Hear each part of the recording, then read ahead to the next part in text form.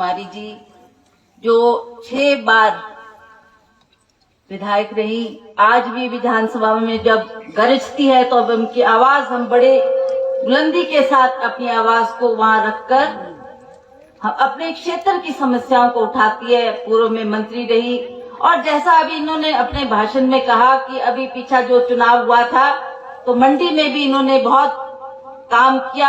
हमारे कांग्रेस पार्टी के जितने भी वर्कर्स थे उनको उत्तेजित किया। आपने सुन ही लिया इनका भाषण, अभी सुना ना कितना तेजस्वी भाषण देती हैं। तो वहाँ भी इसी तरीके का इनका भाषण, इसी तरीके का इनका संदेश, इन्होंने जो काम वहाँ पर किया है तो सभी को ये आभास हुआ कि वाकई ही कांग्रेस पार्टी ने एक बहुत जोरदार नेता को विधानसभा में प्रतिनिधित्व करने के लिए भेजा है। बड़ी क्षेत्र के लोग, झलावजी के लोग बहुत ही खुशकिस्मत है कि उनके पास एक नेत्री है, एक महिला है जो उनकी आवाज को वहां पर रखती है। और बहुत लंबे अरसे तक ये कांग्रेस पार्टी में रही। केवल हिमाचल प्रदेश में नहीं, पंजाब में, हरियाणा में भी इन्होंने, दिल्ली में भी रहकर जो पार्टी का काम किया है वो आप सब जानते हैं। और आप सबको मैं बताना चाहती हूँ कि इसी तरह से हम लोग सब एकजुट होकर अपने आदर्श को देखते हुए महिलाओं को हम आगे बढ़ाएंगे और आगे लेकर चलेंगे। श्री विक्रमादित्य जी जो कि केवल हमारे सुपुत्र नहीं, मुझे याद है बहुत अच्छी तरह से जब ये पहली बार चुनाव के मैदान में उतर रहा था तो बहुत से ग्रामीण क्षेत्र के लोग आए और उन्होंने कहा जी आपका बेटा, आपका बेटा। मैंने कहा आज तक हमारा था, अब हमने आपकी गोदी में डाल दिया, अब आपका बेटा है, आपका बेटा, आपका भाई है। तो आपने जिस प्यार से इसको यहाँ से चुनकर भेजा, जितना प्यार सम्मान आप लोगों ने दिया है, मैं समझती हूँ हमारे पास कोई शब्द नहीं है कि उन शब्दों में मैं उसका बखान कर सकूं। पर मुझे विश्वास है हम रहे न रहे, इसके साथ हिमाचल की जनता, ग्रामीण क्षेत्र की जनता चट्टान की तरह सदा खड़ी रहेगी। श्री चिरंजीव जी जो पहले हमारे पूर्व में विधायक रहे और इन्होंने भी इस क्षेत्र का प्रतिनिधित्व किया है। श्रीमती जानकी चंदेल जिनका आपने जो शिला भाषण सुना और महिलाओं को एक करने में, महिलाओं को आगे लाने में इनका बहुत योगदान रहता है। मैं इनका भी धन्यवाद करती हूँ कि आपने महिला कांग्रेस में रहकर महिलाओं को बहुत, आप जो पिछड़े हुए क्षेत्रों की महिलाएं थी जिनको कोई पहचान नहीं देता था, सम्मान नहीं देता था, उनको आपने आगे लाया है। श्री सुरेंद्र रेखा जी हमारे जिला परिषद के उपाध्यक्ष, श्रीमती विनीता देवी जी महिला अध्यक्ष जिला शिमला, हमारी प्रभा वर्मा जी जो बहुत पुरानी मेरी जानकार रही। जब हम पहले चुनाव, उस टाइम ये ग्रामीण क्षेत्र नहीं हुआ करता था, सुनती चुनाव क्षेत्र था। तो जब हम यहाँ के हमारे विधायक थे शौकिया राम कश्यप जी, उनके साथ भी मेरे को बहुत मौका मिला उस वक्त इस क्षेत्र के में काम करने का। तो प्रभा वर्मा जी तब से लेकर हमारे साथ जुड़ी है और आज तो क्योंकि ग्रामीण में है और ग्रामीण का काम संभाल रही है तो मैं उनको बहुत बहुत बधाई देती हूँ। श्रीमती निर्मला ठाकुर जी महिला की हमारी यहाँ ग्रामीण की अध्यक्षा, श्री गोपाल शर्मा जी जो हमारे यहाँ के ब्लॉक के अध्यक्ष, श्री प्रदीप वर्मा जी जिला परिषद के सदस्य और अन्य हमारे जिला परिषद की और भी 2-3 महिलाएं जो यहाँ पर आई हैं उनको भी मैं आदर के साथ संबोधित करती हूँ। हमारे सभी कांग्रेस पार्टी के वरिष्ठ नेतागण, सभी ग्राम पंचायत के प्रधान, पूर्व में रहे प्रधान, महिला मंडल के प्रधानगण और सभी इस क्षेत्र के आदर के योग्य बुजुर्गों, माताओं, बहनों, नौजवान साथी, प्यारे बच्चों और हमारे मीडिया से सभी जो यहाँ पर पत्रकार बंधु आए हैं उनको भी मैं हम अपना चौथा स्तंभ मानकर उनको भी आदर और सम्मान देते हैं। क्योंकि ये हमारा प्रचार हर क्षेत्र में जाकर करते हैं, चाहे इलेक्ट्रॉनिक मीडिया के माध्यम से, चाहे अखबार के माध्यम से हमारी आवाज को प्रदेश के कोने कोने तक ये पहुंचाते हैं। तो इनके भी हम इनका भी आदर करते हैं। और सबसे ज्यादा जो आज ये इस क्षेत्र में इस कार्यक्रम का आयोजन किया है श्री देवेंद्र ठाकुर जी, इनका भी मैं बहुत बहुत आभार प्रकट करती हूँ, धन्यवाद करती हूँ कि आपने विक्रमादित्य के की एक आवाज पर इतना बड़ा सम्मेलन किया, कोने कोने से महिलाओं को, हमारे पुरुषों को और सभी प्रधानों को इसमें आमंत्रित किया। आपसे आपका भी बहुत बहुत आभार और धन्यवाद। मैं कोई लंबा चौड़ा भाषण देने के लिए आपके बीच में खड़ी नहीं हूँ। अभी तो आपका कार्यक्रम आगे महिलाओं को सम्मानित करने का है। मैं तो, क्योंकि राजनीति की बात हुई, विक्रमादित्य ने बड़े विस्तार पूर्वक आपको सारी अपने क्षेत्र की जो यहाँ पर काम हुए हैं उसके बारे में जानकारी दी। बड़ा जोशीला इनका भाषण था, जैसा विधानसभा में गरजते हैं, पर जब अपने क्षेत्र में अपने लोगों के बीच में आते हैं तो उसी तरह की आवाज इनकी लोगों को प्रोत्साहित करती है कि राजनीति में आकर हम किस तरीके से लोगों की सेवा कर सकते हैं। उसी तरह से श्रीमती आशा कुमारी जी ने भी अपने भाषण में बहुत चीजों का यहाँ पर जिक्र किया। राजनीतिक तौर से हम कहां से कहां तक आगे बढ़े हैं उसका जिक्र इन्होंने किया। पर मैं तो केवल महिलाओं का सम्मेलन है, महिलाओं का सम्मान है, इसलिए मैं केवल कुछ चंद से शब्द कहकर महिलाओं को संबोधित करती हूँ कि आप लोग इस सम्मेलन में इतनी बड़ी तादाद में आई हैं।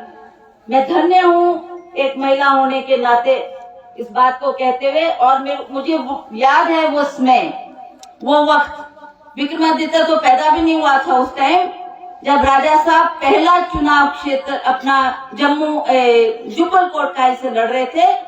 उस वक्त क्योंकि उनको भी हर क्षेत्र में जाना था, 68 हलकों का दौरा करना था, तो जुब्बल कोटखाई की जिम्मेवारी मेरे पास दी गई और उन्होंने कहा कि आप वहां पर जाकर बीच में लोगों के बीच में जाकर आप उनसे बात करें और उनसे वोट मांगने की बात करें।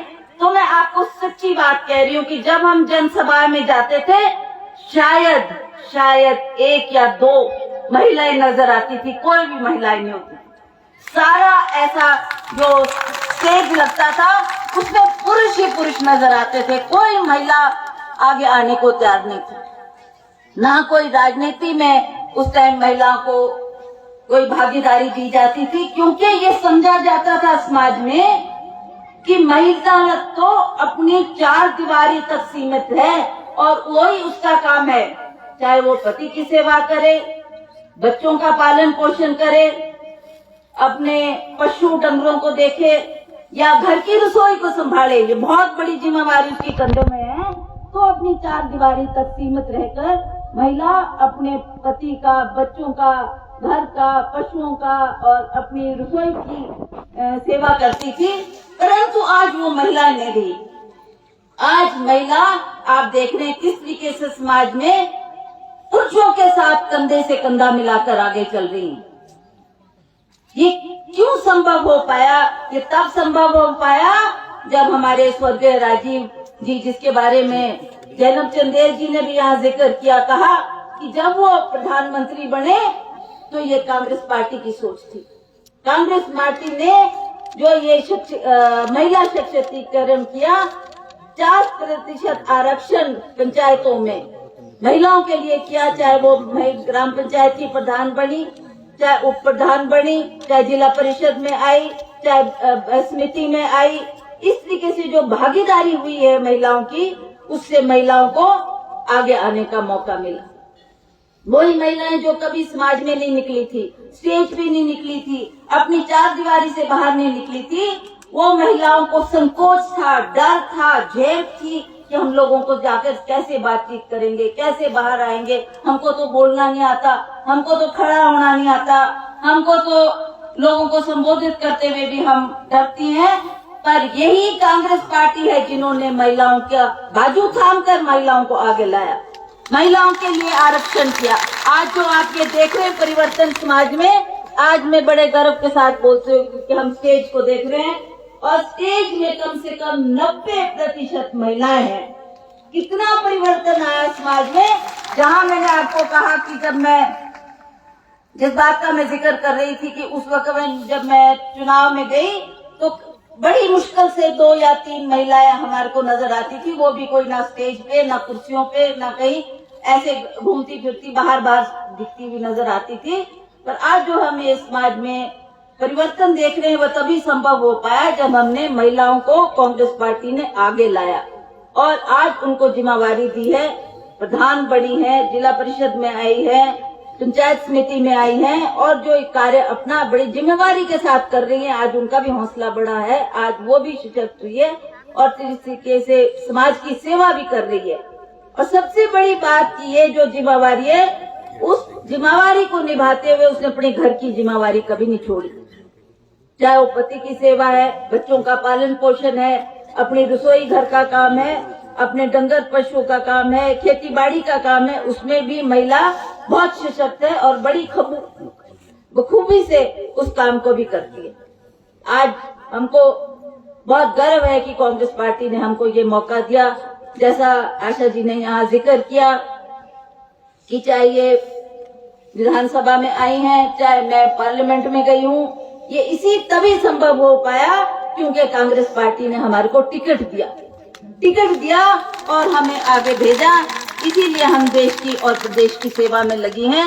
तो मैं आज आपको भी ये संदेश देना चाहती हूँ कि हम बहुत आभारी हैं और खास करके आपने इतने बड़े महिला सम्मेलन का आयोजन किया और आपकी कितनी भागीदारी इसमें, आप सभी महिला मंडल इसमें भाग लेने के लिए आए हैं और यहाँ पहुँचने पर जो आपने अभिनंदन किया, स्वागत किया, जो आदर सत्कार हमको दिया, उसके लिए भी मैं दिल की गहराइयों से बहुत बहुत आपका आभार प्रकट करती हूँ, धन्यवाद करती हूँ। और मैं विश्वास करती हूँ कि इसी तरह से आप लोग अपने समाज की सेवा के लिए सदा तत्पर रहेंगी, सदा काम करेगी और जब जब भी आप लोग हमको याद करेंगे तो आपका मनोबल बढ़ाने के लिए हम सदैव आपके दरबार में आप हमको खड़ा पाएंगे। क्योंकि जब भी आपने याद किया तो कभी भी ऐसा नहीं हुआ कि हम लोग आपके काम में आगे नहीं आए, आपको हौसला देने के लिए आगे नहीं आए। ये सदा ऐसा ही रहेगा। और इन्हीं शब्दों के साथ मैं आपका बहुत बहुत आभार प्रकट करती हूँ, धन्यवाद करती हूँ कि आप लोगों ने बहुत अच्छा ये सम्मेलन किया है, महिलाओं का आदर किया है, मान किया है, सम्मान महिलाओं को आपने दिया है। और जिस तरीके से आप अपने हरेक महिला मंडल को बुलाकर उनको सम्मानित यहाँ पर ग्रामीण क्षेत्र के द्वारा किया जा रहा है, वो भी एक बहुत बड़ी बात है, उदाहरण है, औरों के लिए भी उदाहरण है। आपका ये कार्यक्रम देख के मेरा ख्याल और विधायक जो है वो भी चाहेंगे कि अपने क्षेत्र में, चाहे वो वृद्ध लोगों के लिए करें, चाहे महिलाओं के लिए करें, पर ऐसे ऐसे कार्यक्रम अवश्य करते रहें जिससे हमारा समाज में एकता बनी रहे और हम एकजुट होकर अपनी जिम्मेवारियों को निभा सकें। इन्हीं शब्दों के साथ आप सबका बहुत बहुत धन्यवाद। और विक्रमादित्य आपकी झोली में है, अब अगला चुनाव भी आ गया है 22 का। अब आपने देखना है, आपने इसको संभालना है, आपने इसका मान सम्मान रखना है। जो कमी पेशी भी होगी, आप बुजुर्ग हैं, आप बड़े हैं, आप इसको समझा सकते हैं, आप इसको अपना आशीर्वाद देकर अगले चुनाव में भी इसी तरह से विजय दिलाएंगे, ऐसी मैं आपसे आशा करती हूँ। इन्हीं शब्दों के साथ आप सबका बहुत बहुत धन्यवाद। और खास करके वीरेंद्र ठाकुर जी, आपका बहुत धन्यवाद कि आपने ये इस कार्यक्रम में इतना बड़ी भागीदारी रही और सभी को साथ लेकर आपने ये कार्यक्रम को सफल बनाया। जय हिंद, जय भारत। धन्यवाद रानी साहबा, आपने यहाँ हमारी महिलाओं को अपना आशीर्वाद दिया।